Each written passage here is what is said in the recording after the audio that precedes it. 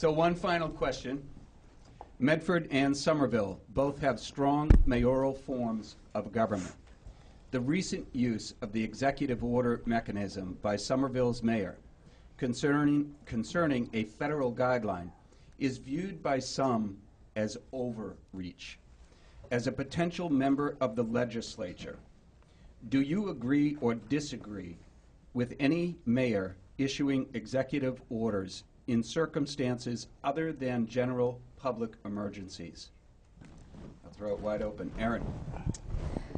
Unless it's a public emergency and require one person making a decision, then I think no mayor throughout the Commonwealth should step forward and make these decrees. I believe that we, as voters in this community, vote for aldermen who we respect, and they should have a voice before something like that comes out. It was just, in this city, it was done by one person, and he decided to move forward on it. We have elected officials from our wards that represent us, that have voices to be heard, and they should be heard before something like that comes out again.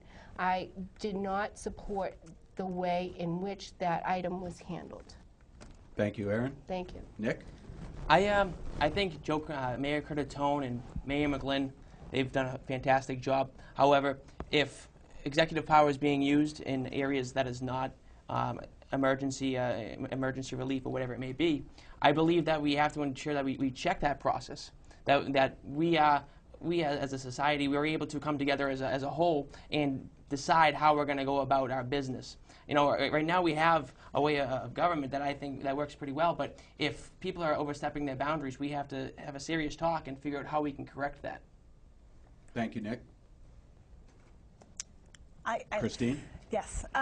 So I actually think it depends on the case. We have a strong mayor form of government. We also have a very good board of aldermen, and they are making a lot of great decisions and great policy lately. And I have relationships with all of those folks, the mayor and the board of aldermen, and they all play an important role. It does depend on the issue, and there are times where an executive order may be the most appropriate form.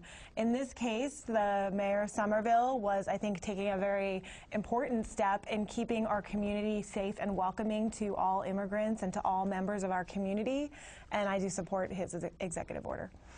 Thank you, Christine. Craig? Well, you are correct, Joe. We do have strong mayoral systems in both Somerville and Medford, and we also have excellent aldermen in Somerville and councillors in Medford. Really, they have the best view of the playing field on the ground, and I wouldn't want to second guess the calls that they make in the game in the same way that I probably wouldn't want them to second guess and micromanage every move that I make as a representative in the general court. So I respect the decisions that the aldermen and that the mayor make, and I'd like to work closely with them so that we can all come to the best solutions for the hardworking folks of the 34th Middlesex District. Thank you, Craig. Ladies and gentlemen, I think we're going to wrap this up, and I want to thank all four candidates for appearing tonight: Christine Barber, Erin DiBenedetto, Nick Lanzilli, and Craig Rourke. One more round of applause for them, please. And somebody has to help me because I forget the date of the primary in September. September 9th, my 25th the wedding candidates anniversary. Don't forget to register, please. September 9th. Please turn out and vote. September 9th. Please register to vote. Call your city hall in Medford or Somerville. Find out what the deadline is. Vote for these candidates. You have a very, very good crop of candidates to pick from. On behalf of Somerville Community Access Television, I'm Joe Lynch for the Somerville Labor Coalition. Thank you for watching. See you next time. Vote. It's your right. Good night, everybody. Thank you, Joe.